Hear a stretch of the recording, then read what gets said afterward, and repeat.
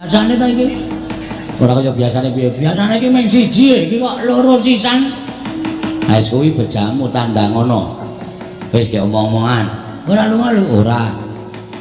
Bagong. Nggih, Ndara. Ndara Kartomarmo. Iya. Sing wingking Ndara Satama. Iya, Bagong.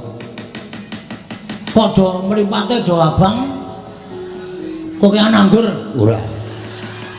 Kok anggur wae Putra Nata mung ngombe-ombene anggur. Kok sae kaya mendem lho. Ora. Ning aku nesu karo kowe. Nesu piye? Kowe wani karo si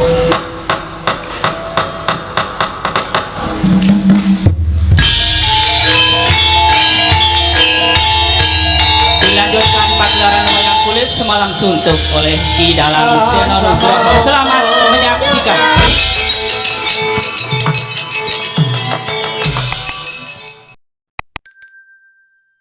rawuhipun nggih wonten negari Mandaraka sowan dhateng ngarsanipun ingkang Rama ing Mandaraka pun Salyawati.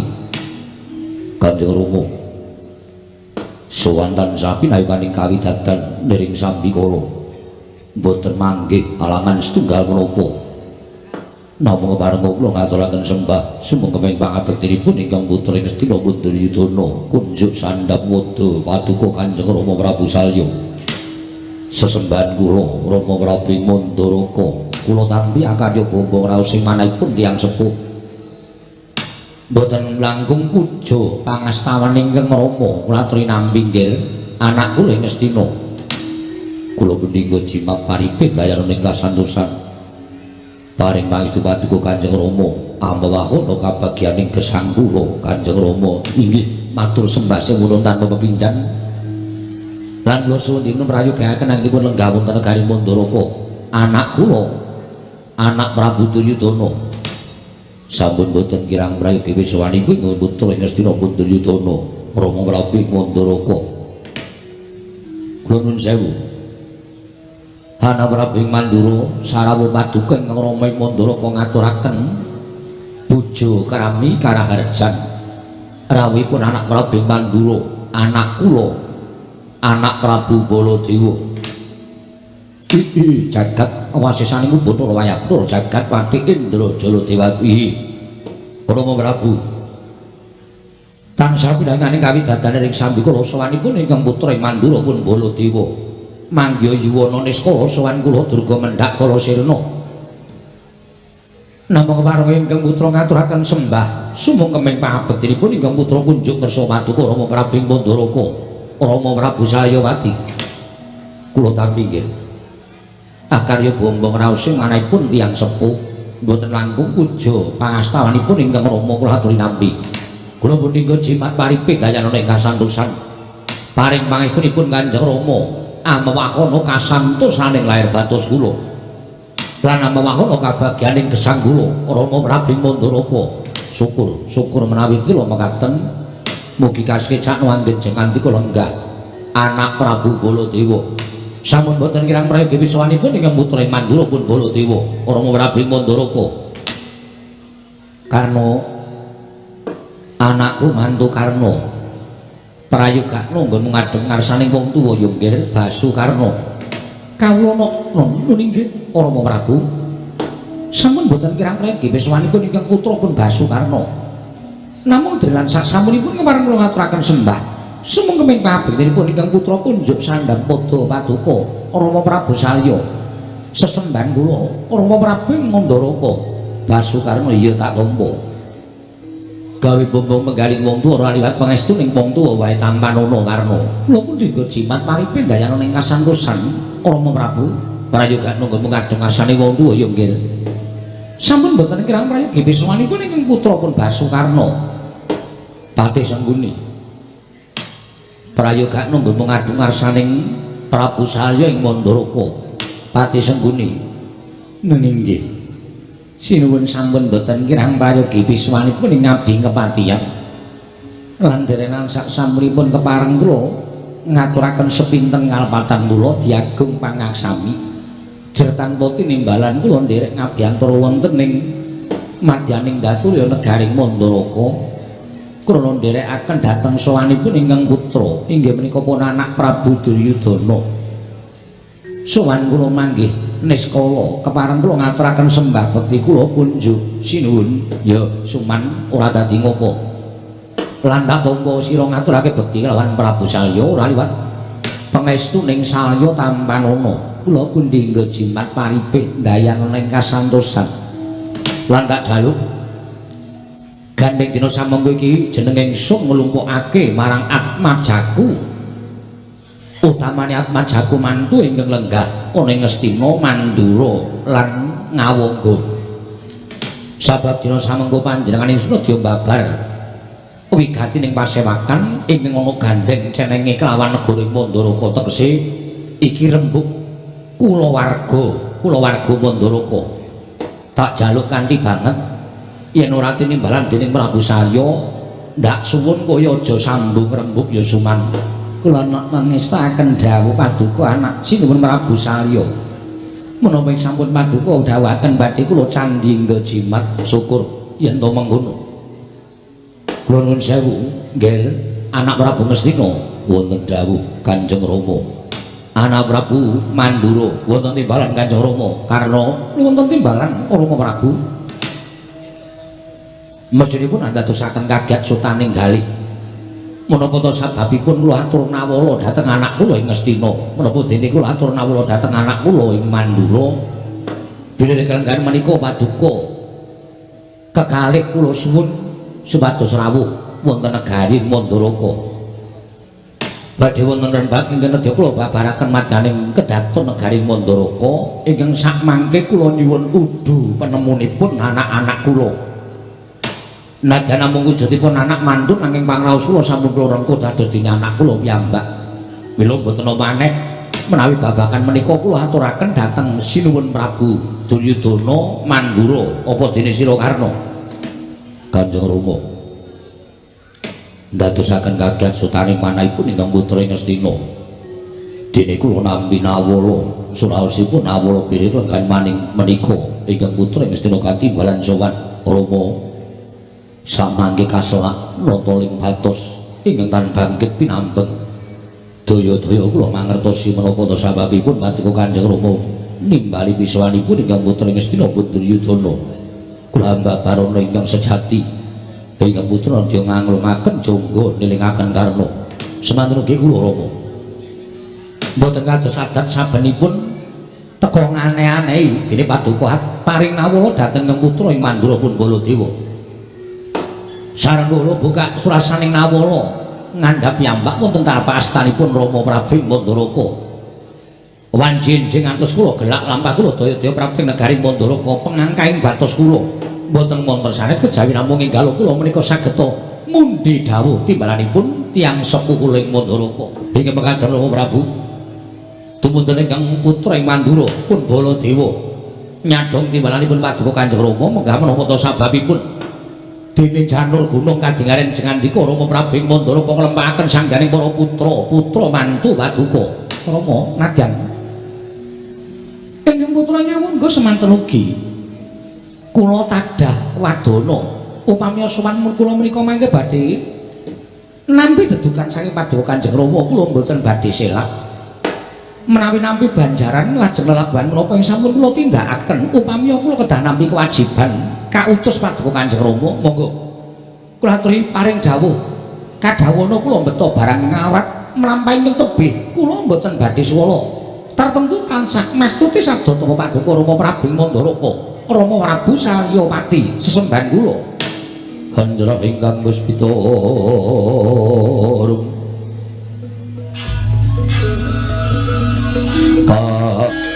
samilana mrih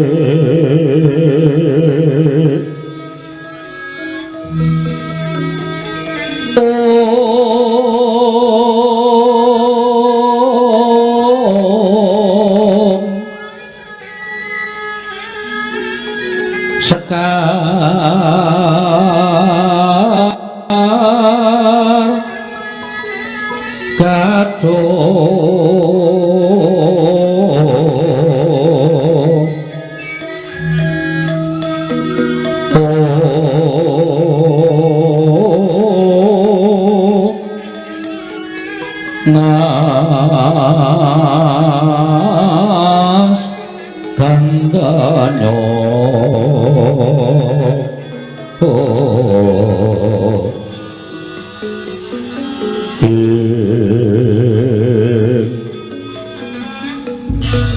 mawe raras renaning dia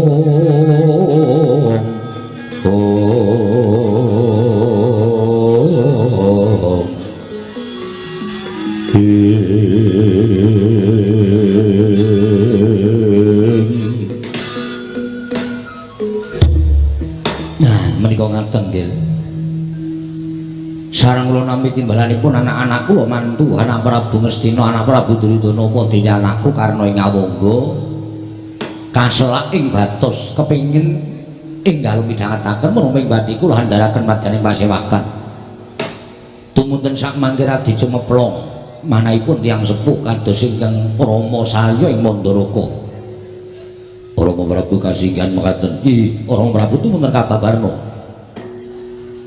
kula menika sampun sepuh kula menika sampun keladuk sepuh monggo anggen kula ngasta bahwa peperintah negari Mandaraka menika saksedanipun Prabu Mandrapati kula sampun dados nalindra tasih muda kula sampun sinengkuyung dening para kawula lenggah dampar keprabuning Mandaraka ngantos seprigi kula menika imbanipun sampun kewowoken kula menika sampun kewowoken kula menika sampun kewaregen kula menika sampun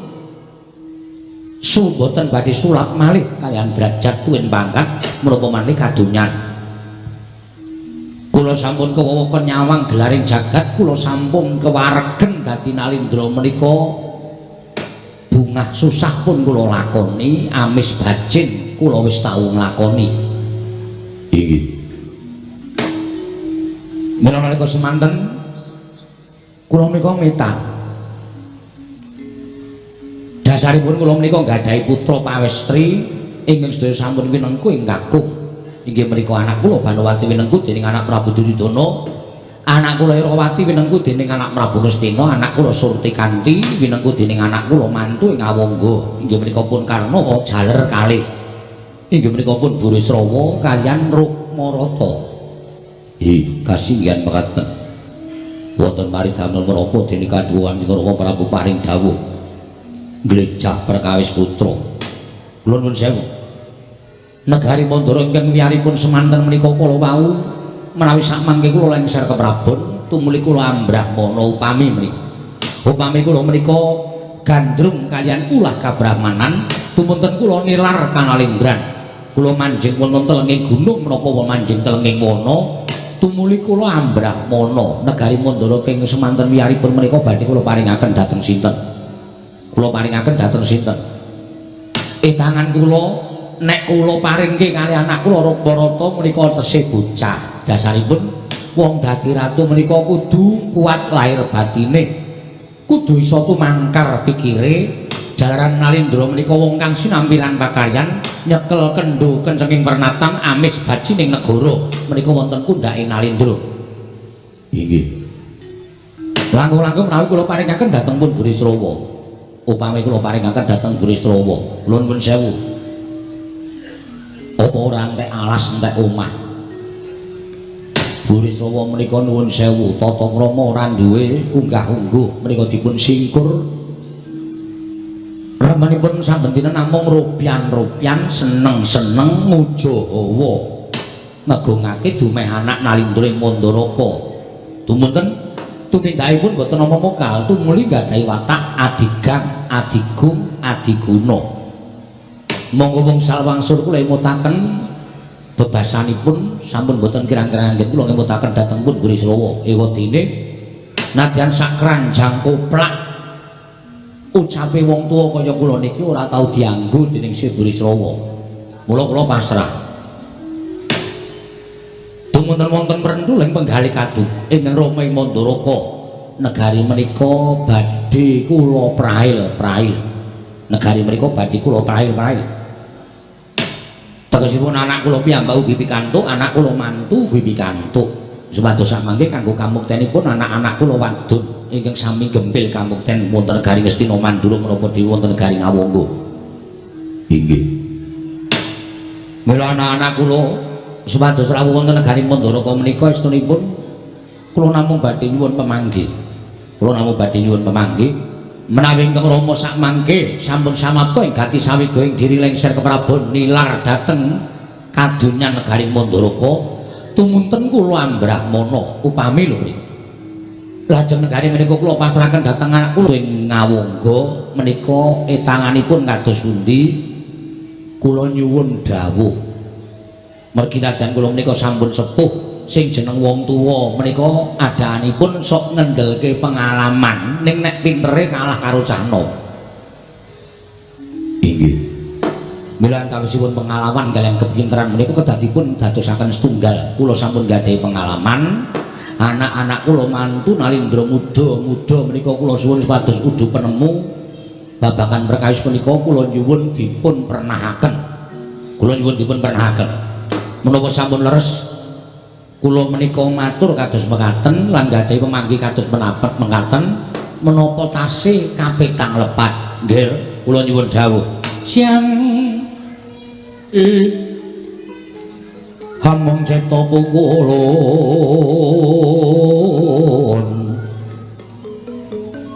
om tanono liwan kaheksi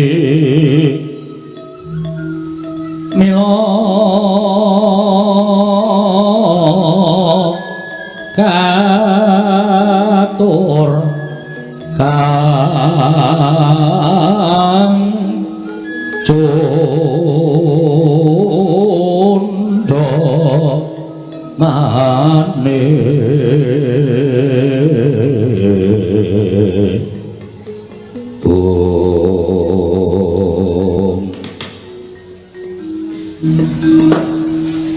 Rama dewaning sun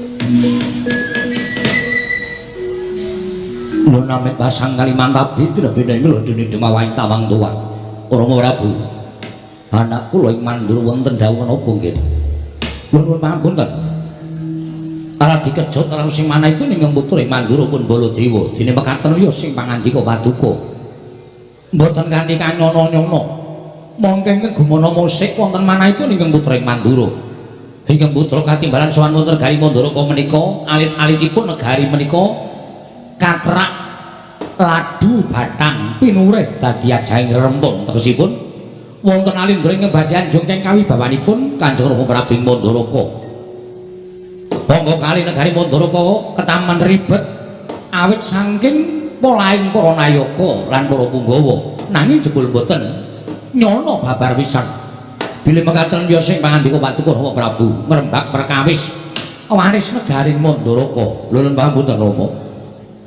Menawi Paduka Rama Prabu paring dawuh mekaten kula ingkang putra mantu ingkang sepisanan badhe munjuk atur kula mboten cocok kula mboten mathuk tuwin mboten gathuk dasaripun kedamawi dasar lho nggih sampun ngantos paring pangandikan menika namung waton paring pangandikan ning paring pangandikan sing nganggo waton dasaripun menapa niki rembuke wong tuwa anak kula ing Mandura mboten rembagan kaliyan Alindra sak sesaminipun yuswanipun utawi sakbaraan nanging panjenengan rembakan kaliyan tiyang sepuh dasaripun menapa dasaripun wonten cobi kula nyuwun dawuh dasaripun anak kula ing Mandura paring dawuh mekaten dasaripun nuwun pamunten menawi katiti priksa saking blegering lair Rama Prabu menika tasih ketingal gagah pideksa angka kalih dereng keladuk yuswa tegesipun dereng pikun monggo nyatanipun tiyang ngasta bawah pemerintah negari menika menawi tasih tumangkar budinipun tasih rasa ngumrembyahaken asta jangkahaken suku menika tasih wenang asta bawah pemerintahan nuwun pangapunten Rama menika tasih katingal muda Rama Prabu menika nadyan sepuh nanging kula waspaosaken tuwin kula taliti bab tata bebayunipun lan prabéda kelawan ingkang putra ing Mandura. Bila menawi Paduka Rama Prabu ngrembak perkawis menika kula mboten cocok, kula mboten mathuk. Nuwun sewu. Nuwun sewu nggih. Tiyang gesang wonten ing alam padang menika ngraosaken awakipun piyambak. Nadyan tiyang sanes menika sami nyebat Wula Salya kae iki wis tuwa ning ketok gagah. Salya kae wis tuwa, wah pasuryane mundhak mencorong lan sanes-sanesipun menika namung panggerbanipun tiyang sanes. Ning sing iso ngrasake perkara kula niku wis tuwa apa durung, perkara kula niku wis ringkih apa durung menika namung awakipun piyambak. Panjenengan ora iso ngrasake Salya, semanten ugi kula ora iso ngrasake anak Prabu Mandura. Menika sampun pinesti dhateng Kodrating Wamanasa. Monggo raos kula menika sampun keladuk yuswa. Paningal kula sampun boten cetha, ucap kula sok kepleset-pleset klera-kler. Sukunipun ing Romeng Mandharaka menika menawi kinarya jumangkah menika estunipun sampun boten kiyat. Nanging gandeng kula menika boten kepengin dipun wastani nalindra sing ringkih. Mula pendak-pendak diprisani piyai akeh kula kuwat-kuwatke. Ning iso ngrasake ming Salya. Angka kalih wong gesang wonten ing alam padang menika namung telung perkawis. Lair netepi kewajiban, mati cekap ngaten kemawon mboten wonten sanesipun. Lair Salya sampun ningadaken wonten ing jagat tegesipun kula sampun nglampahi tataran ingkang setunggal. Angka loro netepi kewajiban. Kula wis dadi ratu sing apik, kula wis dadi ratu sing becik. Negara Mandharaka katon tentrem, negara Mandharaka katon makmur.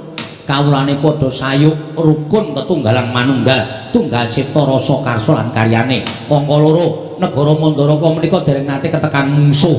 Negara Mandharaka menika dereng nate ketekan mungsuh. Mbuh mungsuh saka jaba utawa mungsuh iki bakal ngrogoti negara Mandharaka menika sami boten wantun. Tegesipun kula sampun dados nalindra ingkang sae. Upami wonten kula mesti saged ngrampungi perkawis menika kanthi tuntas. Anak-anak kula wis mentas kabeh. Anak kula Irawati wis winengku garwa panjenengan, anak kula Surtikandi winengku garwa anak kula Karna, anak kula Banowati winengku garwa pun anak Prabu Duryudana.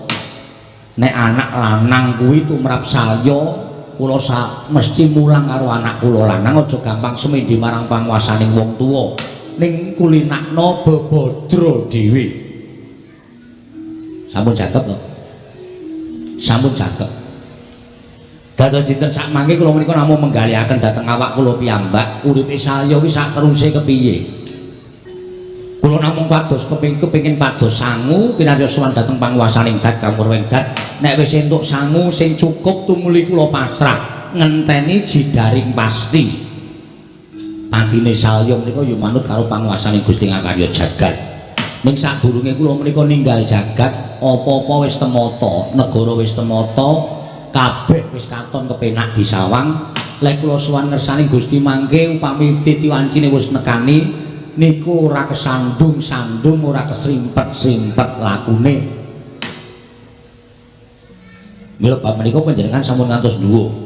Namung kula suwun niku pertikelipun bab negari menika kedahipun kados pundi? Rama Prabu wonten dawuh. Kula nuwun sewu. Kula badhe nyuwun pirsa dhateng Rama Prabu. Menapa panjenenganipun badhe merail negari Mandharaka menika tumrapipun paduka Kanjeng Rama Prabu kedah adil ing samukawisipun kudu adil. Menawi boten adil sampun ngantos kula menika disebut sebut nalindra ingkang banjingde banjiladan.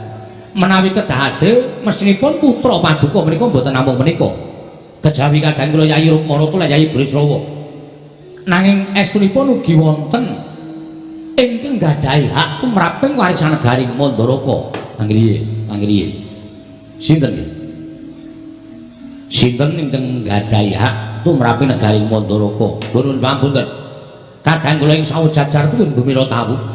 Inggih menika pun kula sedhi menapa Rama Prabu mboten welas. Menapa Rama Prabu mboten gadhahi raos tresna asih dhateng Majapaduka. Jernyatanipun kula sedewa menika wiwit lair sampun tinilar dening tiyang sepuhipun.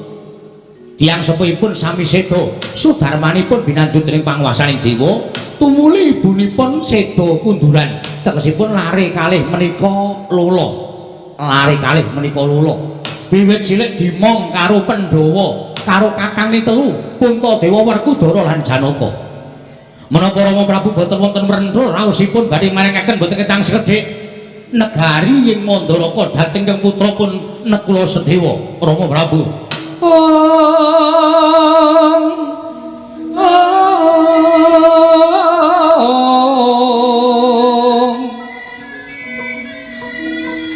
Punapa tamirang ingsun Raden Waspakumijil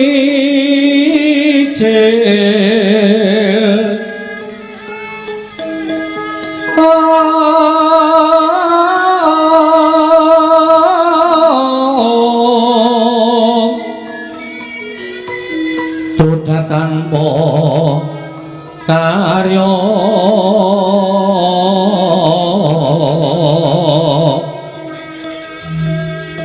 sangkan rena makan Gusti kelong reno sak sekarnya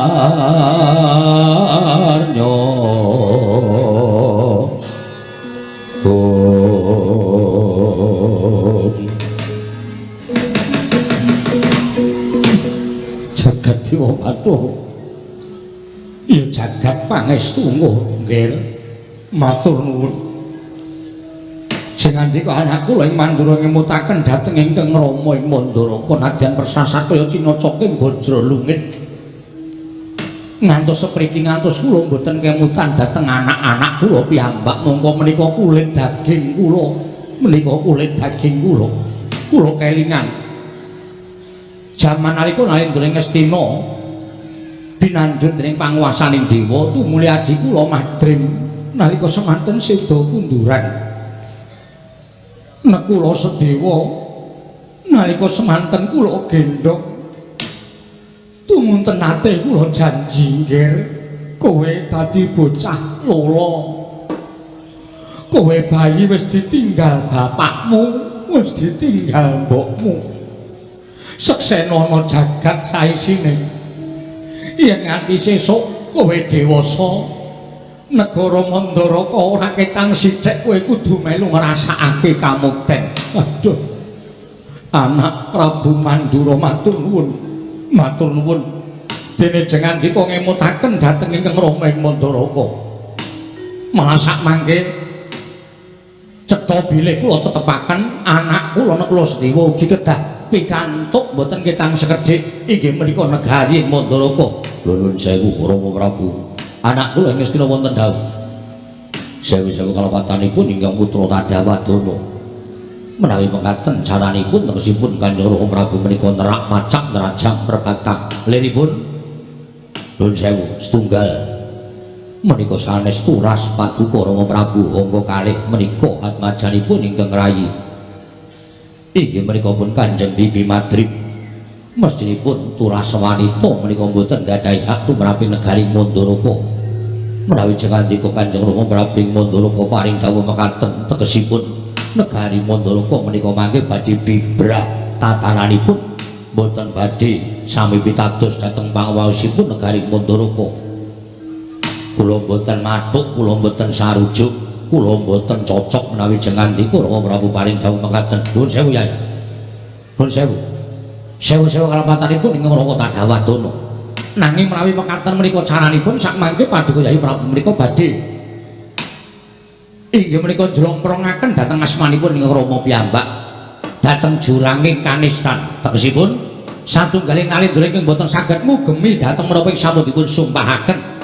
Monggo nyatanipun Kanjeng Rama Prabu menika sampun paring dawuh mboten ketang sekedhik Nakula Sadewa ugi badhe pikantuk laladan negari Mandaraka. Nyuwun pangapunten langkung sae nerak dhateng menapa sampun dipun sabdakaken menapa nerak dhateng pernataning praja kula kinten sedaya dereng saged midhangetaken lan dereng saged ngawruhi babagan upatanipun Kanjeng Rama Prabu Mandaraka. Panjenenganipun sampun nate paring sepata bilih Nakula Sedewa ugi pikantuk laladan negari Mandaraka. Tumrap kula saenipun babagan menika dipun jabel ning cara kula jengandika Rama Prabu tetep boten maringaken negari dhateng pun Nakula Sedewa menika langkung prayogi. Nuwun sewu. Menawi mekaten menika mangke upami para kawula mboten saged midhangetaken upatanipun Kanyara Prabu nanging Rama Prabu badhe pikantuk denda saking dewa mongko nyatanipun Kanjeng Rama Prabu menika badhe pados margi kasampurnan ingkang sejati inggih menika nglebur dhateng sedaya dosa tuwin tumindak ingkang sae kinarya sangu anggenipun badhe murut wonten ing kasedan jati upami sak mangke sampun titi wanci badhe mapan wonten ing Lokabaka ya ngapunten menawi cara kula kawula entuk dendaning Jawata tinimbang entuk dendaning kawula nek entuk dendaning kawula menika badhe dipun sipati dhateng sinten kemawon nggih entuk dendaning Jawata sapa sing ngerti jer menungsane wis mudhar tumrap kula boten dados sabab menawi cara kula sak mangke kula sedaya menika boten gadhahi hak warisan tumraping negari Mandalaka kula nuwun sewu nggih ingkang sekawit kula mboten pikantuk urun rembak namung tumrap kula kok menika kula perlu udu penemu ya Sengguni ning sing apik-apik wae ya Sengguni nggih mugi-mugi dalu menika saged sae menapa ingkang kula aturaken dhateng Paduka Gusti kula ingkang sinuwun penemu piye miturut kula menapa dipun ngendikaken anak Prabu Ngastina menika leres jengandika nguncati sumpah menika badhe pikantuk dendaning dewa ning nek jengandika menika kula nuwun sewu nguncati dhateng menapa sampun paduka ngendikaken menika kula nuwun sewu badhe pikantuk dendaning para kawula dipun anggep menika nalindra banci ndemban siladan menawi cara kula aluwung nguncati sumpah menika cara kula luwih tentrem luwih ayem perkara sesuk kudu disaur nggone wis ngoncati sumpah srana kudu nanggung apa ingkang wis dilakoni menika perkawisipun kalian para Jawata urusan kali dewa niku tumrap kula luwih enteng tinimbang urusan karo kawula nek kawula menika urusane karo kawula menika sing ngrasake sastra wirang ning nek karo dewa niku sinten sing ngertos mila sumpah ingkang sampun paduka ucapaken nalika angomban dhateng munadene kula sedaya nalika tasih jejabang rumiyin menawi saking pamrayogi kula dipun terake mawon sinuwun sampun ngantos dipun leksanani menika langkung prayogi sinten ingkang ngertos mumpung ingkang sami mireng namung sedaya ingkang sami lenggah wonten ing Datulaya mboten ngantos dumugi jawining parapatan menawi ngantos dumugi jawining parapatan menika langkung bebayani lho sinuwun sikra-sikra yen permana kanca sikra raken awang sesangga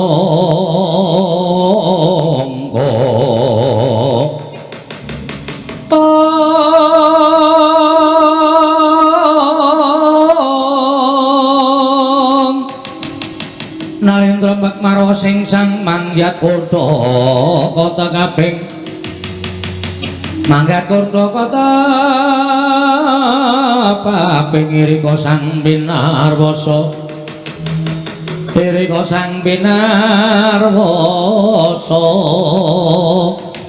ing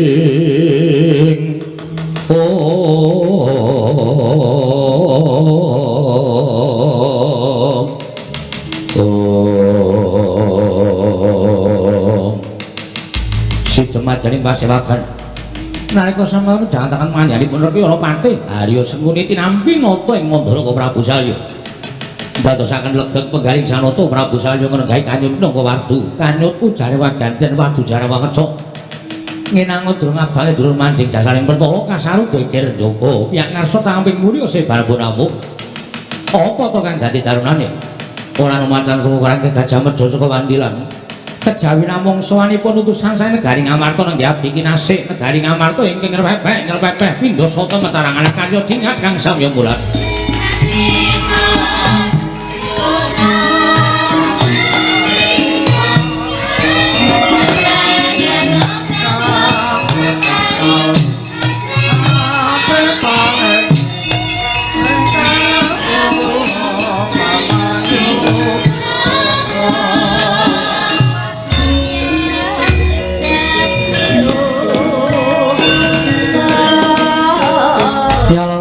tata trapsilanira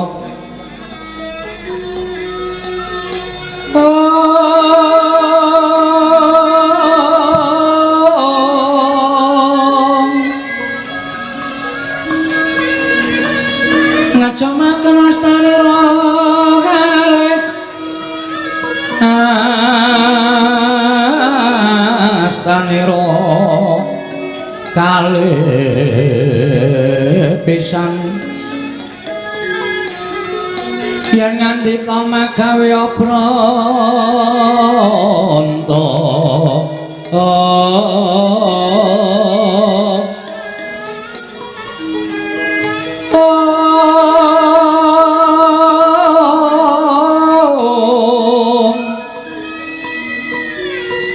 yen ngandika magawe pranta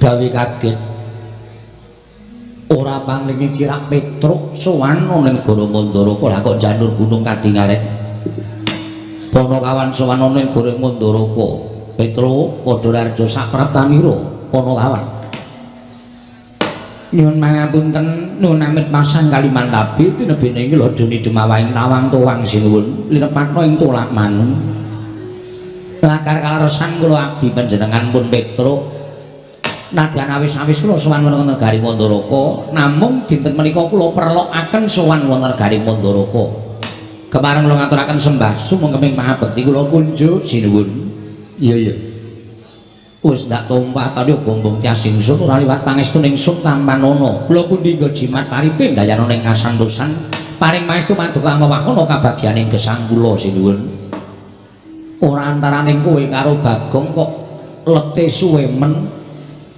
apa mangkate ora bareng sareng lah kok kowe wis sowan Lecak Untara Bagong kok lagi sowan kuwi kaya wong ora rukun anake Semar padha-padha putra Semar kok ora rukun mboten kula rukun tetepan manunggal dados tunggal lah kok Bagong le sowan keri endi Gong kleru anjungan sebelah ya aku ceniningan kok kowe ora bareng tekan ngono lho kok nyenyet aku sing negara Mandharaka ta Bagong padha raja sapraptamu pengentunipun sinuwun Prabu Salya tansah pinayunganing kawidadan nering Sambikala sowan kula tebih sakum rubeda kepareng kula ngaturaken sembah sumungkeming pangabekti kula kunjuk sandha pepodo paduka jagat Dewa Bathara ing atase Panakawan kok tembunge gawe marem mekaten inggih pangestuku Tampanana kula pundi nggo jimat paripe dayanana ing kasantosan karepku nek sowan ngono kuwi lho Gong ngomongane ora ting pletot lancar ketok nek anake Semar pangestumu wis sinau ha iya Panakawan Bagong Panakawan Petruk padha harja lho sing dimatke aku sik ta to pangestunipun Ndara Duryudana wilujeng bekti kula kunjuk pangestunipun sinuwun Ngastina wilujeng bekti kula kunjuk sinuwun ya Petruk tak tampa pangestuku Tampanana kula pundi nggo jimat paripe nggih kula pundi nggo jimat paripe dayana ing kasantosan Petruk kandung kula padha harja sapraptamu sinuwun Mandura wilujeng bekti kula kunjuk ya pangestuku Tampanana Petruk Baladewa wilujeng bekti kula kunjuk nggih sinuwun ya tak tampa pangestuku Tampanana kula pundi nggo jimat paripe dayana ing kasantosan Petruk kantong bolong padha raharja sinuwun Karna Basusena ing Awangga wilujeng bekti kula kunjuk ya Petruk tak tampa pangestuku Tampanana Petruk nun nggih sanget anggen kawula dadosaken jimat Panakawan Bagong padha raja sapraptamu pangestunipun Ndara Karna Basusena wilujeng bekti kula kunjuk nggih sinuwun iya Bagong pangestuku Tampanana kula pundi nggo jimat paripe dayana ing kasantosan amawahana kabagyaning gesang kula Petruk wonten dawuh sinuwun gawe kaget sowan mongko tanpa tinimbalan gage yen pancen saka karepmu dhewe kowe matura wigatine apa yen diutus bapakmu duwe perlu apa nanging yen to kowe diutus apa ndenmu Pandhawa duwe atur apa kelawan aku ing nalindring Mandharaka Petruk matur sembah nuwun sinuwun Kemarang kula ngaturaken tebasi di sekul binungkeling kulon klopo. Ampun ta mbok bilih wonten lepatku langgen kula mun atur rasa paduka Sang Nata. Iya Petro, ora dadi ngopo. Ing angka kalih sowan kula ngersa paduka sinuwun Prabu Salya menika mboten saking pikajengan kula piyambak. Namung kula menika dapur dipun utus dening Pepundhen Pandhawa. Duka kula niku ya bingung. Ing atasipun sinuwun Prabu Darma Kusuma menika kadangipun kathah Ndara Werkudara, Ndara Janaka. Ning kok sing diutus kula? Kok sing diutus kula? Niku terus kula rumangsa digunakake dening Ndara-ndara Pandhawa. Mula nek kula selaki kok kaya ora prayoga. Tumuli kula bidal lumarap sowan dhateng Garing Mandaraka. Dadi sing ngutus sira kuwi anak Prabu Ngamarta. Sanes lho. Tembungmu piye Petro? Panci kula menika bidal saking negari Ngamarta. Ning kula menika mboten dipun utus Sinuwun Prabu Darma Kusuma, nanging kula menika dipun utus rayine Sinuwun Prabu Darma Kusuma inggih menika Ndara Nekula Ndara Sedewa. Lho. Anakku Nekula Sedewa tusan kelawan sira Petro nggih. Merga sareng kula nyuwun prisa, lah kok kula Den kok kula sing didhawuhi supados wonten negara Mandaraka. Terus Ndara Nekula Sedewa paring dawuh, "Lah sapa to, Truk? Wong aku ki tiba ragil. Nek aku kongkonan ayaka, mengko ndak perkara iki ngabar tekan ndi papan. Mula kowe sing iso primpen nyimpen wadi iki, kowe tak utus ngersaning Kanjeng Prabu Mandaraka. Kowe matur apa sing tak weling?" Ngaten niku. Anakku Nekula Sedewa weling apa karo kowe? Lan bakal matur apa? Nuwun sewu. Duka saking sinten kula dhewe ya ora dong.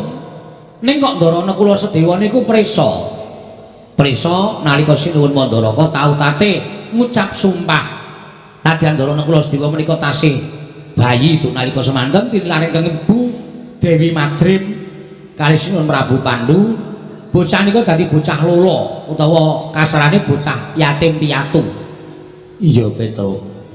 Nganti sepriki wis iso mukti ngawibawa niku merga dimuktehi karo kadang-kadange tuwa Ndara Puntadewa, Ndara Werkudara, Ndara Janaka. Kowe tak jaluk gelem mbantu aku ya, Truk. Ewang-ewangono aku. Kowe nyawango aku. Sapa sing arep tak percaya liyane para Panakawan? Madheg ati kula. Nyawang Ndara Nekula Sedewa niku pasuryane abing ya. Le matur groyok-groyok, le ngendika groyok-groyok. Ketok banget nek arep nangis. Matura Kanjeng Wae Mandaraka, aku ming pengen nagih janji kalian pengendikane sing wis tau kawiyos. Aja nganti dilalekke, Nekula Sedewa aja dikiwake, Nekula Sedewa aja dikuwalonke. Merga kabar iki aku ngerti nek putra-putra mantu ditimbali rawuh ana ing Mandaraka. Kaka Prabu Duryudana, Kaka Prabu Baladewa, Kaka Prabu Karna ing Awangga katimbalan sowan. Kanjeng Wae Mandaraka bakal paring ora ketang sithik-sithik kamukten negara ing Mandaraka. Lah mula kowe sowana, tanjihna. Kanjena marang Sinuwun Prabu Mandaraka, Kanjeng Wae Prabu Mandaraka, kahanane Nekula Sedewa iki piye? Ngaten niku. Kula ya melas. Ning niki ya resiko. Mergo nek nganti mireng Ndara Werkudara, Ndara Janaka, Ndara Puntadewa, panjenengan prisa ta watake Ndara Werkudara, watake Ndara Janaka mesti duka. Wah. Nekula ming mukti kok ngemis-ngemis kaya kakangne ora sebodo. Mesti ngoten niku. Janaka nggih ngoten niku wong loro ndelok Ndara Janaka suwe, watake ngoten niku. Nekula Sedewa ming arep mukti kok dadak njaluk Kanjeng Wae Mandaraka. Apa kakang-kakangmu ra iso muktekke? Kowe tegese ngiyas karo kakang-kakangmu, ngilani dadane karo kakang-kakangmu. Ayo, yen kowe ora gelem manut karo wong tuwa, minggat to aku ora sudi nyawang rerupanmu sing kaya ngono. Niku Ndara Janaka pambegane kaya ngoten niku. Mula niki aja nganti kawiyos dening sinten kemawon. Kula matur sawise Prabu Saryapati ing Mandaraka, kula nyuwun keterangan. Nek pun pikantuk keterangan kula ajeng wangsul Ndara Nekula entuk pinten meter. Malah niki diweling sisan kon sak sertifikate ya to, Kang. Heeh. Nek ora ngono ndak mung apus-apus to saiki nek ora mung nyata didelok upamane Sinuwun Prabu Mandura paring lahan Mandaraka sak cuwil apa sak propirane ning kudu disertifikati nyo Petruk iki aturno anakku Nekula Sedewa iki lemah iki kon dadi darbeke Nekula Sedewa wondene sertifikat iki men digajekke Bagong biasane ngono kuwi namung wis ngomong sapa aku ngono kuwi nek omong senengane ora mungkin ora salya kok menehi sertifikat karo kowe mbok menawa butuh dit lho ndara salya kok butuh dit iki butuh dit apa iki ratu e Gong ratu ki sasa ya kekurangan lho ora ana ratu ki malah wong sugih-sugih ngono kadang kala sok kebingungan golek dit nek kaya awake dhewe iki malah kepenak kere wis ra gagas waton iso gaglak wis penak uripe.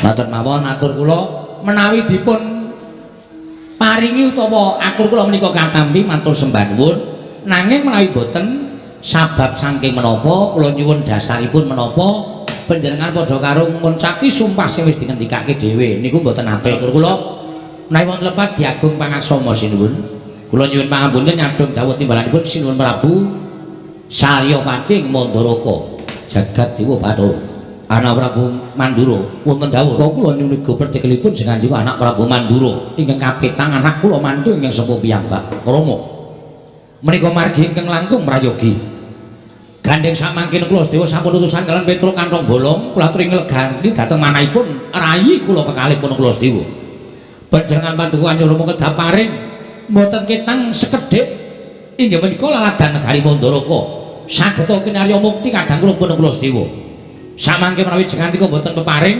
wah kula nuwun pangapunten setunggal damel gelo manahipun putra kula Sedewa angka kalih dewa tartemtu badhe midhanget menapa ing sampun paduka ngendikaaken dene Narendra Mandaraka lincak dhateng prasapanipun piyambak nggih menika Gampil anak kula Ngastina wonten dawuh Petruk sowan monggo nyuwun keterangan dipun utus dhateng pun kula Sedewa babagan negari Mandaraka kula ingkang badhe paring wangsulan kaliyan Petruk kantong kula Prabu Jaja muntap ler kinetap duka yayasinipe Petruk kocak mundarandir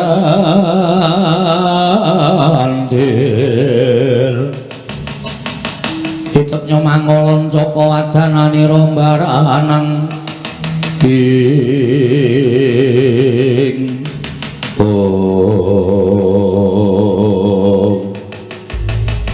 Petruk lho nyuwun pangapunten menika Sinuwun Ngastina ya kok nyuwun pangapunten jumeneng wonten ngajengan kula aku ingkang bakal wenehi mangsulan karo kowe babagan Nekula Sedewa kene kepengin ngrengkuh negara Mandaraka ora ketang sithik kudu njaluk warisan negara Mandaraka oh nggih lah kok mboten Kanjeng Sinuwun Saryapati aku ingkang dadi batal wakile kok mboten putra mantu sing sepuh piyambak kok malah putra mantu sing nomor 6 piyambak mriku dados pundi ora sah cerewet budaya aku gelem aku sing mangsuli kowe ora gelem napa ucape Duryudana ora sapa tapa ora keras iki kok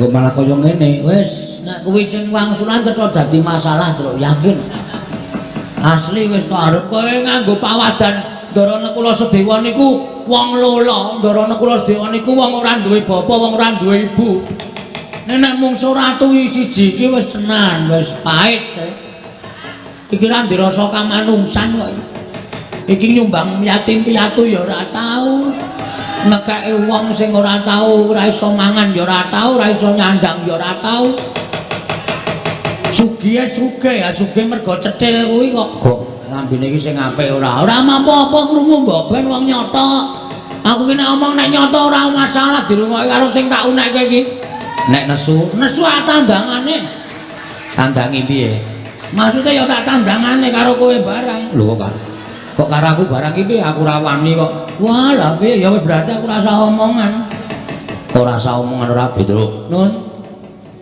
aku ngejak guneman karo kowe nggih kersanipun kowe bali pripun kondo karo Nekula Sedewa kondo pripun yen to Nekula Sedewa ora bakal entuk kahanan negara Mandaraka mergo kudu nyawang karang kahanane dheweke dudu putrane Nalindring Mandaraka angka loro dheweke hamung putrane kadange Nalindring Mandaraka tegese ora entuk babagan negara Mandaraka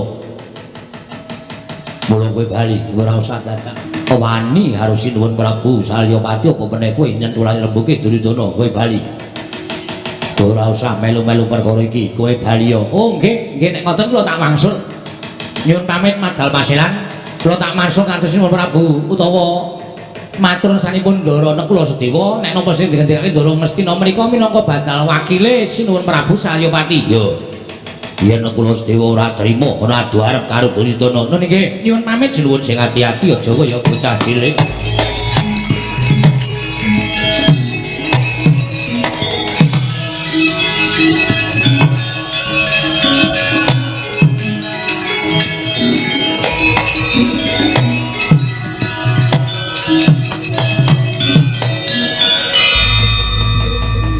Bagong isih nang kene. Isih ana perlu e. Ono perlu apa? Petro iki pancen tak pikir-pikir ketoke nek omongan pinter ning jireh wonge. Ora wani tanggung jawab. Nek nganti Petro niku mengke matur kali Ndara Kula Sedewa, Ndara Kula Sedewa ora bakal wani sowan mriki. Ndara Kula Sedewa niku siji wong clingus. Loro Ndara Kula Sedewa niku ora ndian njaluk menggenahke sebabe Prabu Salya wis kebacut sumpah biyen tau arep menehi negara Mandaraka ora ketang mung sak cuwil, ora ketang mung sithik. Mula nek Petro wangsul nika mergo Petro wis judheg pikirane ora iso mikir, ora iso wangsulan karo sinuwun Prabu Duryudana. Kowe arep ngopo? Kula ajeng genahke perkara apa? Niki wau wis tak newe wangsulan. Nuwun sewu, Mandaraka niku sing kagungan sapa? Mandaraka sing kagungan Kanjeng Rama Prabu Salya sing duwe hak menehi jawaban ning Prabu Salya. Sampeyan ora duwe hak menehi jawaban kalih kula. Wong sing duwe meneng wae kok sampeyan rewel pripun?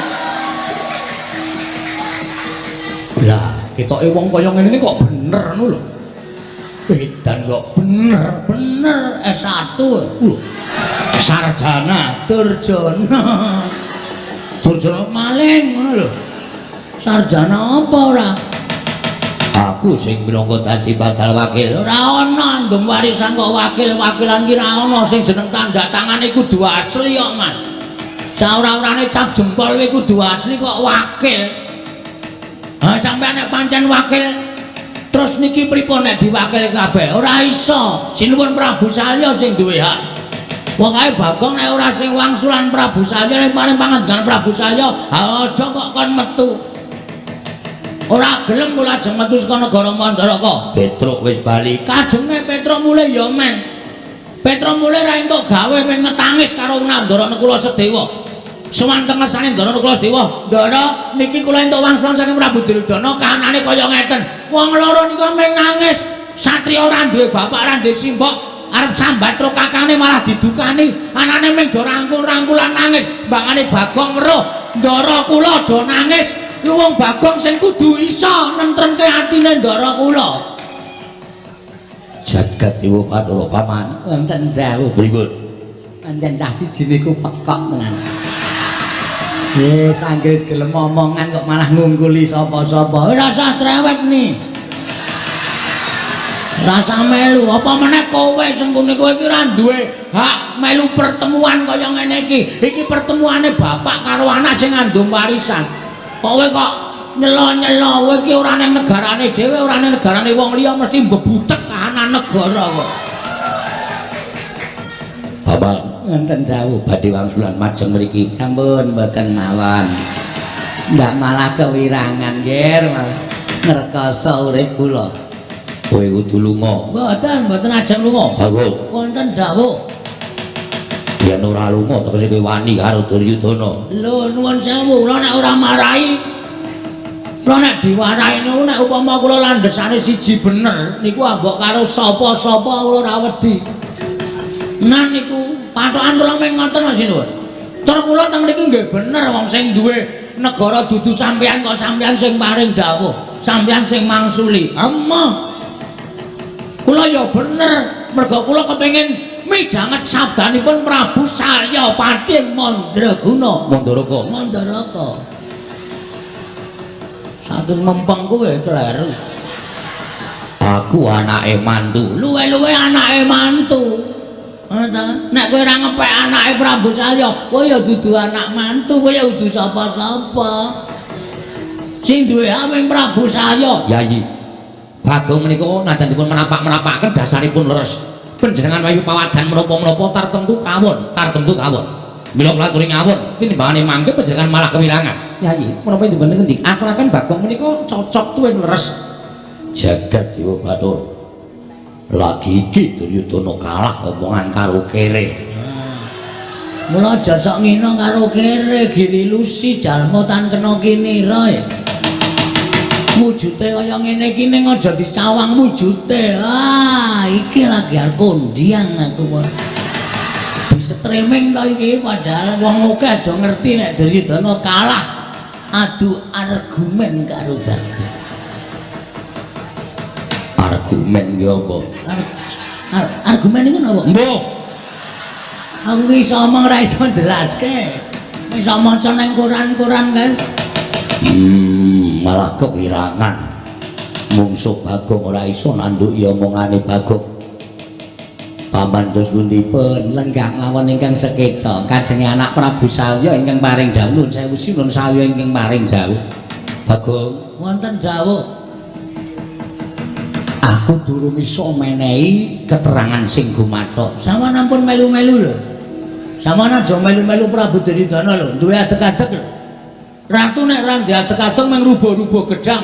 Sing kene ambruk rono sampeyan ambruk rono, sing kene ambruk mrene sampeyan ambruk mrene. Nggo ngopo gunane dadi ratu? Kudu duwe penemu dhewe. Babakan Ndara Kulasedewa niki sampeyan kudu iso nengahi ora mung sak penake dhewe. Nduraku kono ngomong piye? Lho, lah piye biasane omong kok kono ngomong piye? Anggere omong biasane pripun? Aku durung iso nengahi, pikiranku isih bunek. Aku kudu piye kelawan anakku nek Kulasedewa. Monggo aku wis kebacut sumpah. Monggo sampeyan aja nglintati sumpah sampeyan monggo. Aja maringi Ndara Kulasedewa niku ya langkung apik, luwih becik. Bangane sampean ratu dunekke blendra-blendre kaya banyu tumumpang godhong sintik. Omongane ra iso digoceki. Nek cara kula malah isin. Ya wis. Yen ngene kowe mengko nusula Petruk nggih. Baliya ning kasatriyan Sawujajar Bupira Tawu nggih.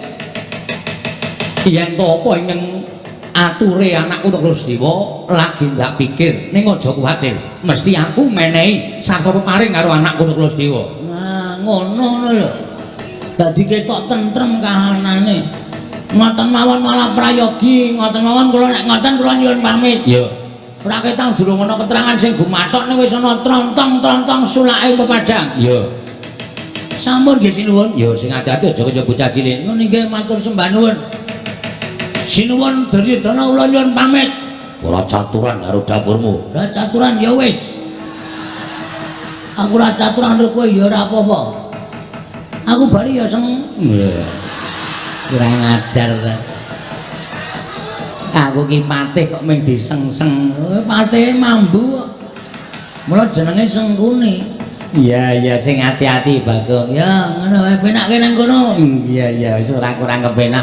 Sinun Mandala mawon nggih. Ya sing ati-ati Bagong. Nyuwun pangestu mugi-mugi kula iso madhangke kahanan iki kali Ndara Kulasedewa. Ya sing ati-ati. Ndara Karna kula nyuwun pamit. Ya Bagong sing ati-ati aja kaya bocah cilik. Ngono nggih matur sembah nuwun cekap semanten. Ing dados atur kula menawi wonten lepah pamit. Ya sing ati-ati. Den, apa? Niku lho hartane arep dawah. Endi? Niku semampir tenggen sak. Niki kula openane ndak malah tiba. Lah, malah dijukuk dhewe to. Ora apa-apa, ngoten mawon nyuwun pamit bareng. Ya sing ati-ati aja kaya bocah cilik Bagong.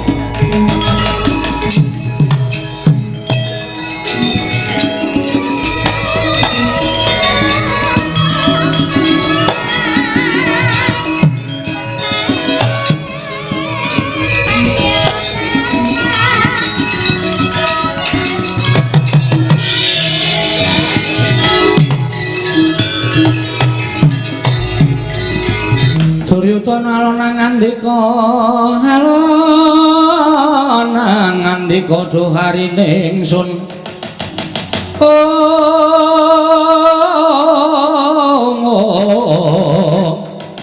dhuharine ingsun Werkudara den kaparon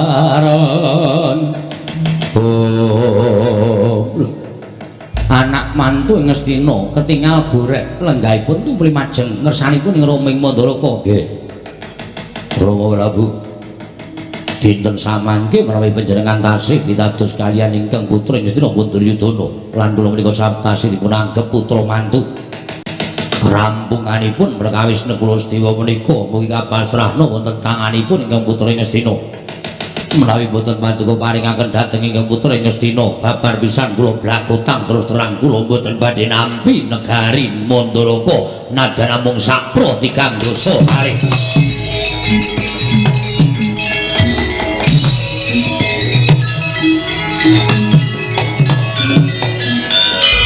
jagat wasisanipun Bathara Wayatur jagat latar Lah tasih kumrangsang kados mekaten penggalipun Nyai Prabu negari Mandaraka kula apal kayane watak wantunipun anak kula mantu ing Ngastina.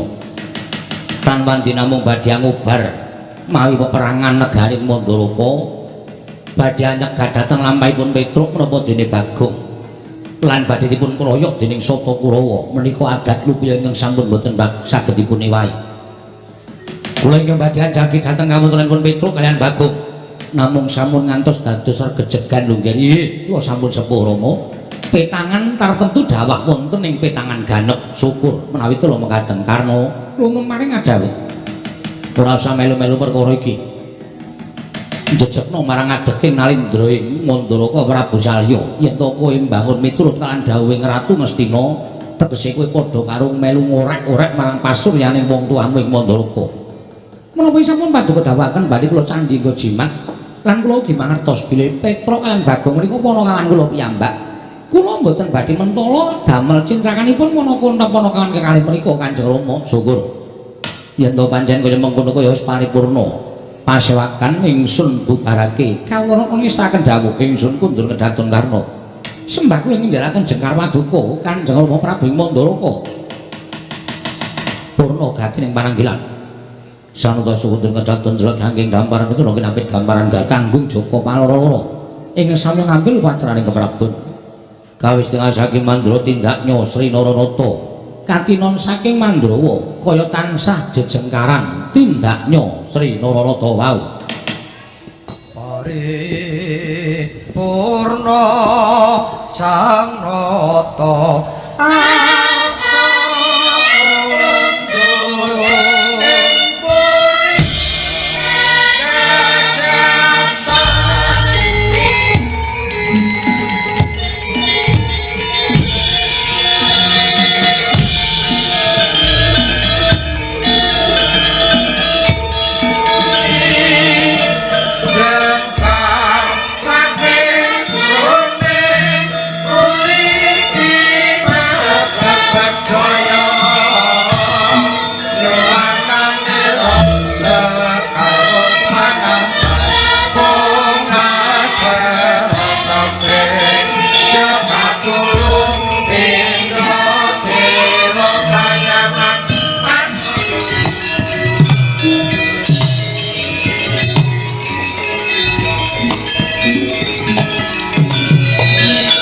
Kajarian putra lamun kawekasan Yeka wisanggeni maya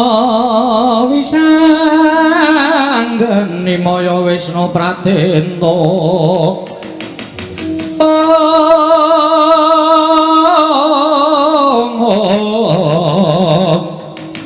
Wisanggeni maya Wisnu Pratenta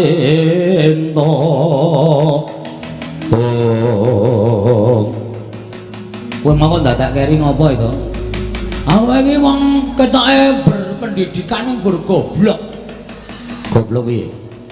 Kowe nek diwangsuli Prabu Duryudana kaya ngono mau janjane rasa hak menehi wangsulan karo kowe.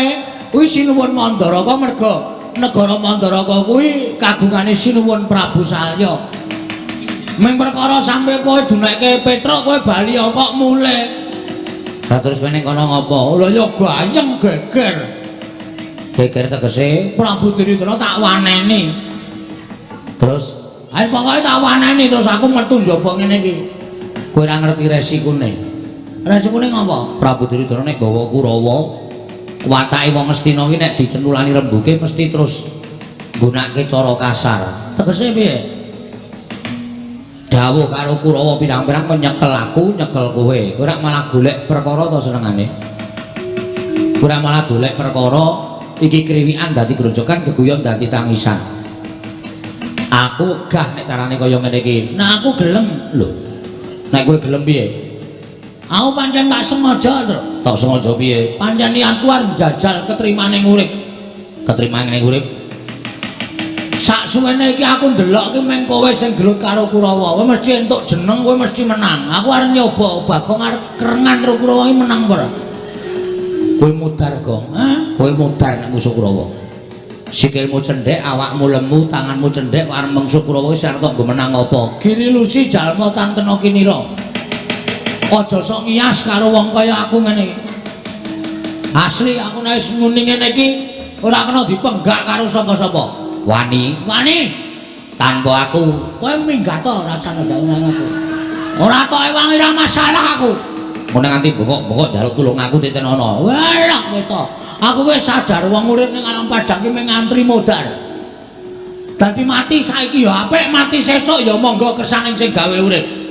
Ning serku aku mbelani Raden Nekula Sedewa. Kae cah lolo, kae cah ora duwe bapa, ora duwe ibu. Kae cah wajib dibelani. Gusti ngerti Bagong belani cah lolo mati langsung nyemplung swarga. Kuwi sing kandha sapa? Aku ngono kok. Kuwi ujaring para pranata ngomong ngono kuwi to. Yakin? Yakin. Ya wis tandangi, aku tak lunga. Wis kono mulya. Ora sembodo ora. Dikongkon karo Nekula Sedewa kok mulih iki nek gawe gelane pepundhen nek cara aku ngisini-sini. Truk. Kowe mulai tenan kok? Heeh. Kowe ya tegel karo aku. Lah mau lambene muni piye kowe?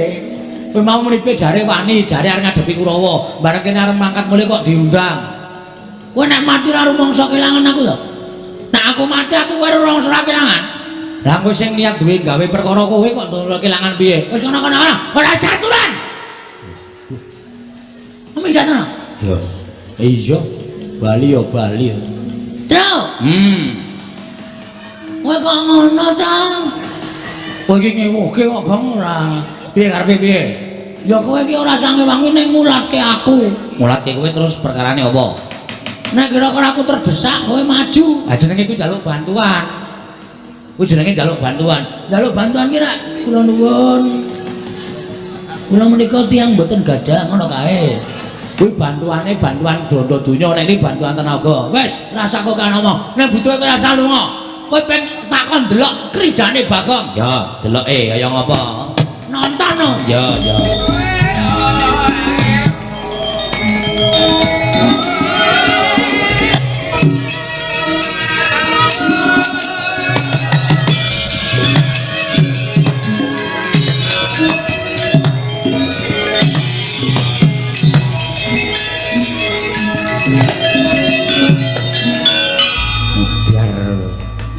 Sing teko ora mung siji ning loro sisan. Asane ta iki? Ora kaya biasane piye? Biasane iki mung siji, iki kok loro sisan. Ha kuwi bejamu tandang ngono. Wis ge omong-omongan. Ora lunga lho. Ora. Bagong. Nggih, Ndara. Ndara Kartomarma. Iya. Sing wingking Ndara Satama. Iya, Bagong. Padha mripate do abang. Kok ki anggur? Ora. Kok anggur wae putra nata mung ngombane anggur. Kok sae kaya mendem lho. Ora. Ning aku nesu karo kowe. Nesu piye? Kowe wani karo kowe sinuwun, kowe wani karo sinuwun Prabu Duryudana padha karo kowe ngias karo wong Astina, padha karo ngilani karo wong Astina. Mula aku dijawi dening Sinu Prabu Duryudana kon goleki kowe, cilik kon bondo kowe, gedhe kon mateni kowe. Ya, kowe mlungkula Bagong. Kowe ora nyawang karo kahananmu, kowe mung batur, kowe mung gedhe bal 17, kowe elek nyolok mripat. Kowe mung kere. Lah kok dadi wani karo Sinuwun Prabu Ngastina, kowe iki ora ngilo karo githokmu, ora nyawang karo kahananmu. Sik mo, ora waton ngomong kowe.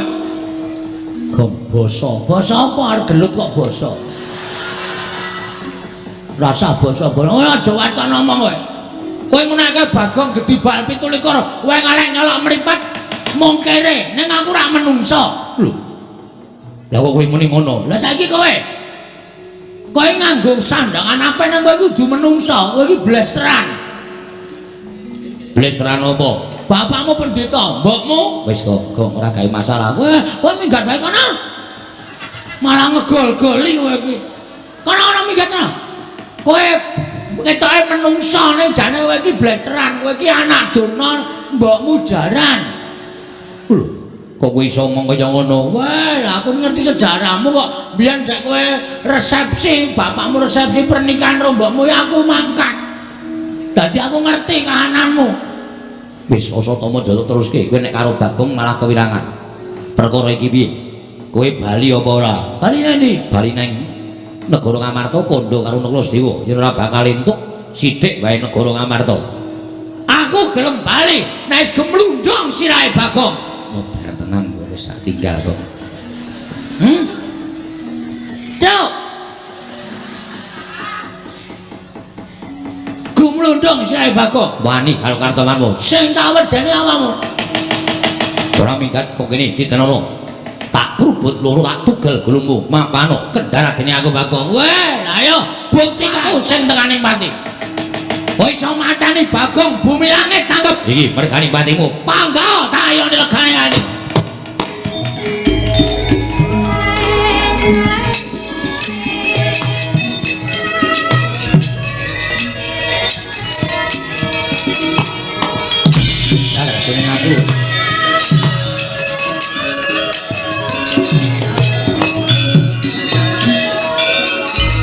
Nyerah aku.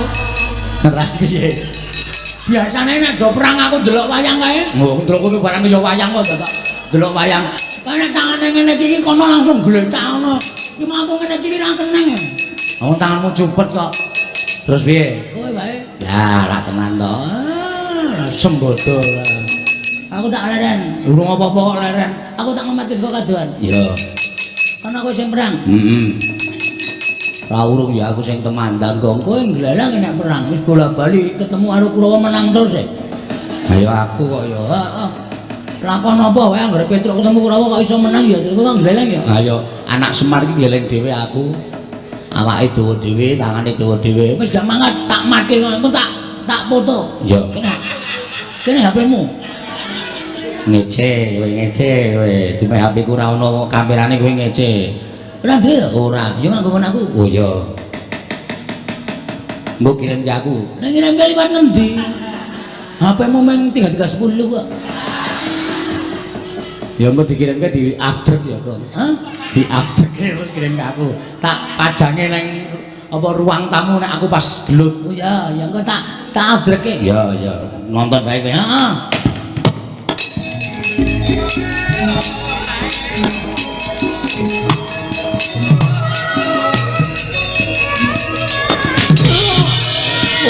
Petruk. Wah. Ini aku. Wah.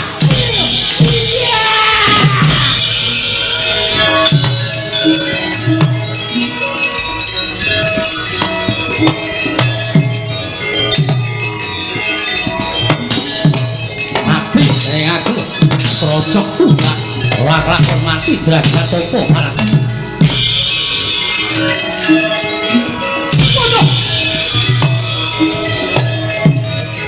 Udus ora. Iya ora. Iya.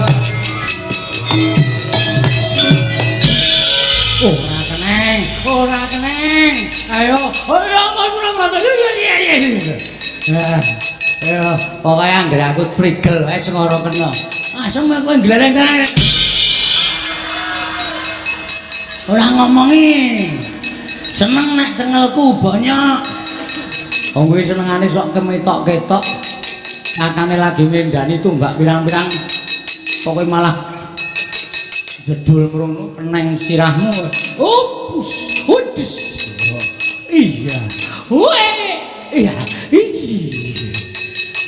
Alah dene nderekke Ndara Janaka pirang-pirang taun. Ndara Janaka kuwi nek ngendani panah pintere ra sama-sama. Aku meso dadak mencolot Ndara Janaka ki ming-ming ngene iki sik ngono ya. Panah ora kena, Gong. Heeh, Bang. Aku ya kerep sok ming ngono. Panahe ya ora kena, dompete ra kecekel. Kowe tuman nek ngono ya udus. Bapak lunga ta apa biyong meteng tuwa tes dadi banyu. Nah, aku wong suci. Ora tau colong jupuk. Kowe ngenengi wong suci panah tumbak ampuh dari tumbak rongsokan. Ayo pulang. Ngapa dadak udus. Wong iki kabisane dhewe-dhewe. Piye mau kowe? Agene pengen. Piye mau bapak piye? Bapak lunga ta apa biyong meteng tuwa tes dadi banyu. Pinggir. Tak praktekke kudu mandi, oke. Oh, bapak lunga biyong meteng. Kok kena, Gong? Awang mbokne meteng kok bapakne kelayapan. Asing tenan. Bapak lunga ta apa biyong meteng tuwa, tes dadi banyu, terus omong kaya aku mau. Oh iya. Mandi ya, mandi. Bapak lunga ta apa biyong meteng tuwa, tes dadi banyu. Gang. Kecak. Petruk wong suci. Ora tau colong jupuk. Tumbak ampuh menangi wong suci, dadi tumbak rongsokan. Ayo balik. Cangkemmu pancen apik kok. Monggo wingi aku bar tolong ndok bebek. Modal ora. Tumbake rong adoh kok wis bloko. Ayo balik ngenangi cengelmu. Loro banget le, lara tumbak kon ra lara. Iya, modal ora ayo terus kene perang. Ya yo ayo amos ora napa, ora imbang foto.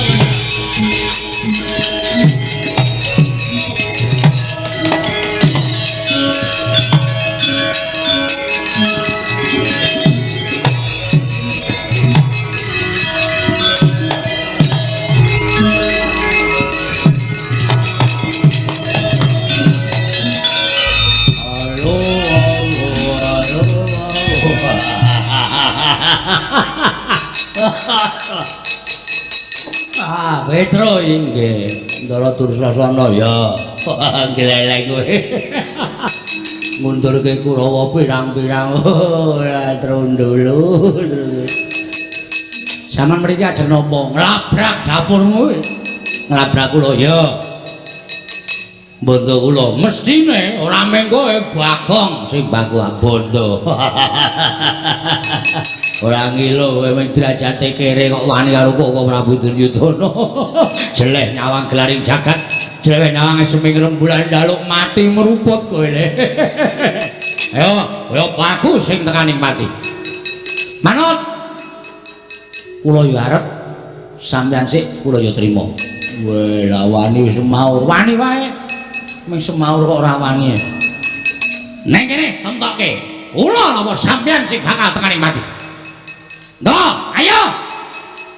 Waduh, aku kok malah matratap. Barang digetak ku ora ngerti unggah-ungguh, ora ngerti tata krama ya sampeyan niku sing dadi nyatane. Ayo, kowe apa aku sing tekani mati? Oh iya, kowe apa aku sing tekani mati? Oh, manut. Nggo, mangan tem sik. Ngopo iki? Mangan tem sik. Sampeyan pepunden kok kula njunjung karo sampeyan mangan tem sik ya. Kowe ra kendel tenan ya iki, kendel wae. Mburi kok piye nya ayo. Nggon dodo wae nya ayo. Padhake ora. Nya. Ngopo iki? Tulung dicukurke rambutku. Ngantem ya mudar tenan. Nya, wedi marep tak mungkur nya. Lho. Nggon ngarep kok nya. Ngono kendel ya ada aku ora kendel kaya kowe isin aku. Ya yo. Mburi wae ya. Kaya aku iki lho, iya aku ya kaya kowe. Ya ora kendel kaya isin. Ayo arep apa yo. Mburi wae nya, mburi ya mburi nya. Pajak ya. Oh tuh. Resono ya modar tenan. Mbok, adu kekuatan mawon. Yo. Ping pindho-pindho manut, ping telu-telu manut. Iya. Ya. Pecah siramu, mang pecah. Nek iso mecah sirahe Petruk matur nuwun. Petruk wis kesuwen urip ning donya. Ya guys. Mati kowe. Iso mateni Petruk kula matur nuwun, yakin sumpah kowe. Modar tenan. Iya kowe wis.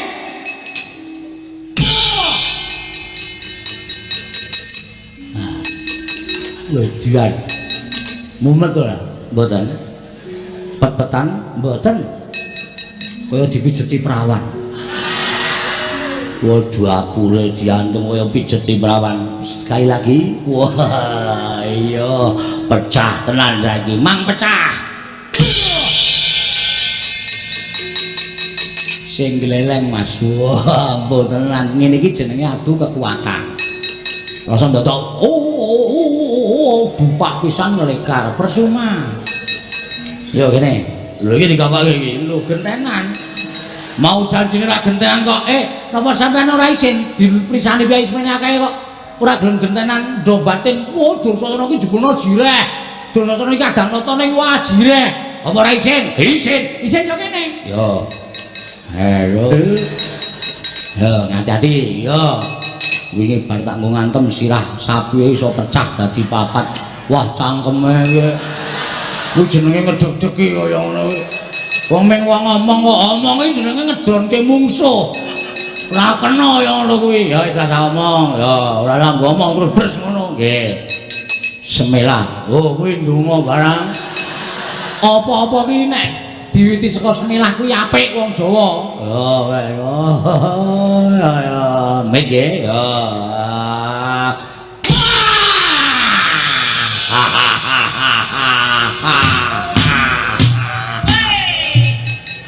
Sapa kae kancamu sing mak wah kepruk watu ndase kowe nang bentarane mumet kok malah oh cah ora dong ora pisan gas yo has iki jenenge rame-rame perang rasa nggo gamelan kancane leren perange temonjo tur iso dititeni sapa sing glitase kuwi sing kalah nggih nyo kula oh iya ning lali aku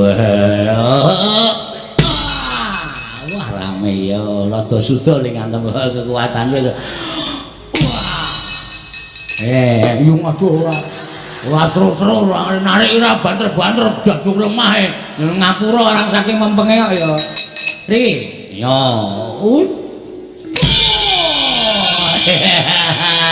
ora pondi wonge iki berarti wis buyer aku kene bisa gas yo hati-hati ayo nggih kok sithik arang tak ditata-tata ana tata-tata barang siap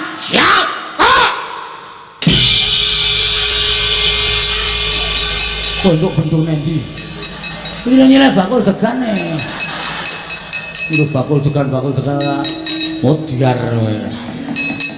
darah dipisan batung kok ngeletak ini ya wong ngambo kok ngeletak wis pindho lho Truk wis pindho kentenan aku matane lek to lek dengkulmu atos ora ngematke Petruk apa sengkune luwe cahe diat lak sak penake dhewe Kurawa sapa sing durung maju ayo maju para sata Kurawa sapa sing ada jeneng Ora basa karo. Ora usah basa ning perang ana basa. Sing ngakon Kurawa ngoyak aku sapa? Aku. Sing ngakon sapa? Anak Prabu Duryudana. Aku tak takon karo kowe, nek aku mati ku jane kowe entuk apa to? Nek aku mati kowe entuk apa aku tak takon? Penyakit. Menungso ra tatanan. Wong nek juragure kaya bekicot.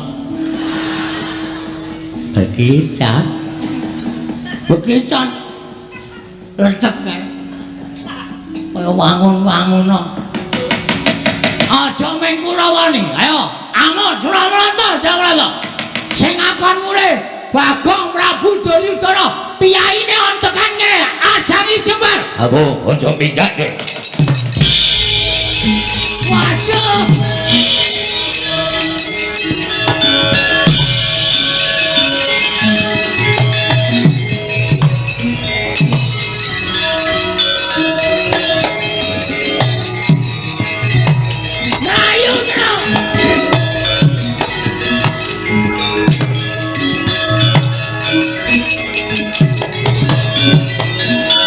Ana apa iki? Wah, Prabu Duryudana nesu tenan. Tak sumbari sajake krungu. Aja meng Kurawa ayo Duryudana kon tekan kene. Saka kaduan muni Bagong mati kowe ndrantal aku. Ayo Tra mlayu. Mulene negara Ngamarta nek ora mulih gedhawasan. Ya ayo mlayu sing banter.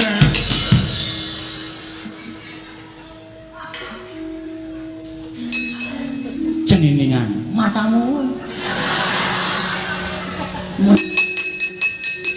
Iki sapa iki? Prabu Baladewa. Betul. Nggih. Mlayu-mlayu ngopo? Nun.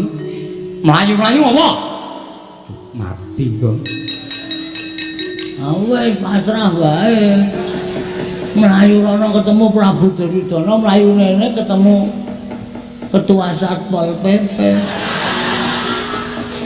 Muni apa ki Bagong? Muni apa? Manu mboten muni kok. Ora seru-seru kok nek mireng malah saya duka. Nyuwun mahapunten sinuwun mboten niat kula damel geger negari Mandaraka. Namung nyatanipun kula dipun warai. Petro. Nun, kowe iki wis tuwa. Nggih. Ponakan Bagong karep kaya ngono kuwi wis tuwa. Nggih. Niki dereng kas ditebaske kok sinuwun. Kowe kudune iso mikir, iki negarane sapa? Yen iki negarane Baladewa wae sakarepmu ngono gawe geger. Yen iki negara Ngamarta sakarepmu, jenengane kowe ana kawan negara Ngamarta. Nggih.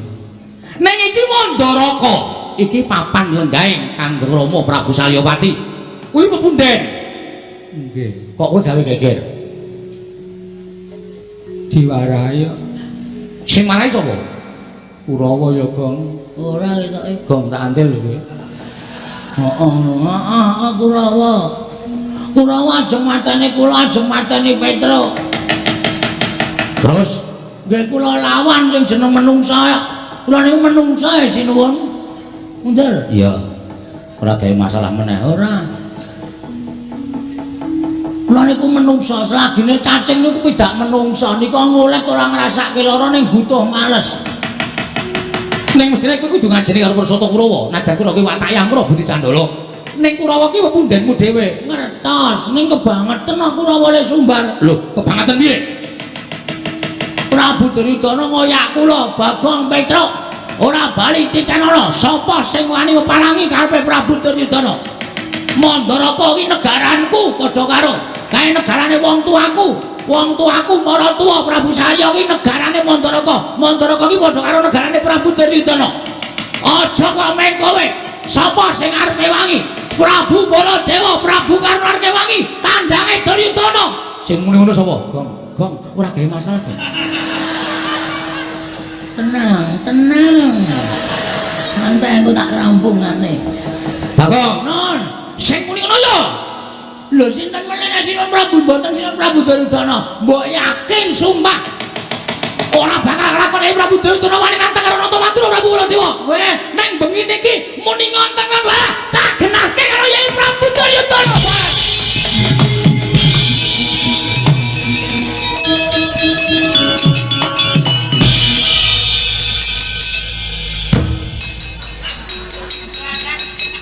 Kowe ngopo ya? Aku iki jane ra seneng karo kowe. Masalah meneh iki ngopo? Kowe butuh slamet ora? Ha butuh. Nek butuh slamet carane ngono kuwi.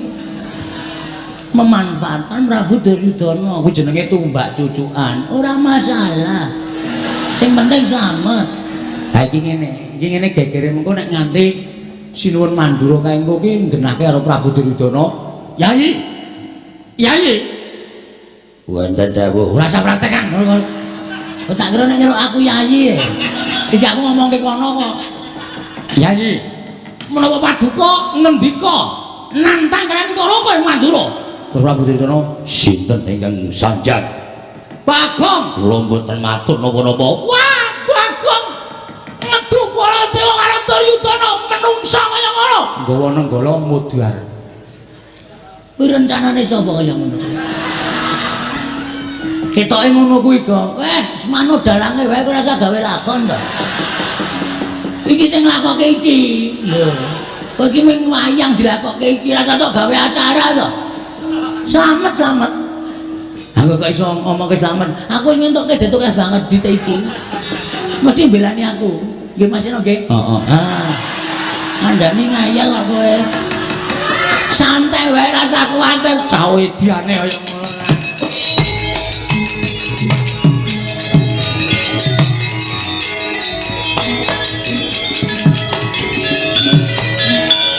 Yai, kula nyuwun pirsa. Nggih. Panjenengan menika dadi ratu ning aja sok adigang adiguna. Aja dupe panjenengan menika ratu Dedaya. Ratu negara gedhe. Percaya yen Mandura iki kalah gedhe karo Ngastina. Ning aja sok nyes karo ratu Mandura. Ora butuh sabawi napa. Panjenengan nyumbari karo Nata Mandura Prabu Baladewa. Kula menika kadang werja. Kok sampeyan wantun nyumbari kalian kula? Kula boten nyumbari menapa-menapa. Kula namung ngoyak Petruk kalian Bagong. Lho lak. Sanjane Bagong matur kalian kula. Nek panjenengan nyumbari kalian Nata Mandura Prabu Baladewa. Oh Prabu menika ingkang kirang pedamelan. Ratu gampang diapusi kere. Petruk, nun. Nggih. Bagong ndi? Nika napa ngepit ngetan lho. Bang. Sampai jumpa.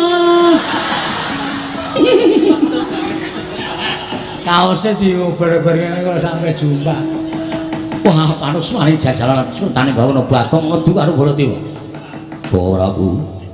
Petruk kedah wangsul. Mangke piye? Mboten atos kula menika mbelani dhateng Petruk. Mboten atos kula menika mbelani dhateng pun Bagong. Langkung-langkung kula mboten mbelani dhateng Nakula Sadewa. Nanging raos pangraosing raos kamanungsan. Kedanipun tamekaken. Nakula Sadewa menika lare ingkang alit dipun tilar dhateng tiyang sepuhipun bocah lolo. Nuwun pampunten. Prabu menika kirang menapa? Ngastina menika jembaripun seprapat jagat. Bondo panjenengan menika nalindra ingkang sugih Brana Picis, sugih bantu panjenengan menika nalindra ingkang sugih Bala, sugih raja. Kenging menapa? Lah kok ngelingi semi sanget panjenengan milik dhateng negari Pandharaka ngantos panjenengan duwa dhateng keparengipun. Nakula Sadewa ngripun badhe nyuwun mboten ketang sekedhik negari Pandharaka. Menapa mboten ngelingi semi? Kurang mukti apa? Kurang sekti apa? Kurang Brana Picis piye? Ratu Ngastina. Lah kok sampeyan mentolong ndika kaya mekaten. Selagine Baladewa wae sing negarane luwih cilik saka sampeyan, mesine kula kudu duwe sing luwih akeh kemawon mboten mentolo matur kados mekaten menika. Kok panjenengan mentolo? Nggih. Nggih, pripun? Ning perkara niki aja digawe gampang. Lho, perkara aja digawe gampang piye, Petruk? Nun. Kok ora Baladewa kedah nekseni. Ucapipun Duryudana. Panjenengan badhe paring dawuh menapa? Nakula Sadewa entuk negara Mandaraka aja ming sethithik yen perlu sak wutuhe. Waton kudu nganggo seksi. Seksine sinten sinuwun? Aku butuh seksi ya kuwi wong tuane Nakula Sadewa, Paman Pandhu, Bibi Madrim. Kudu iso tedhak ana ing Madyapada.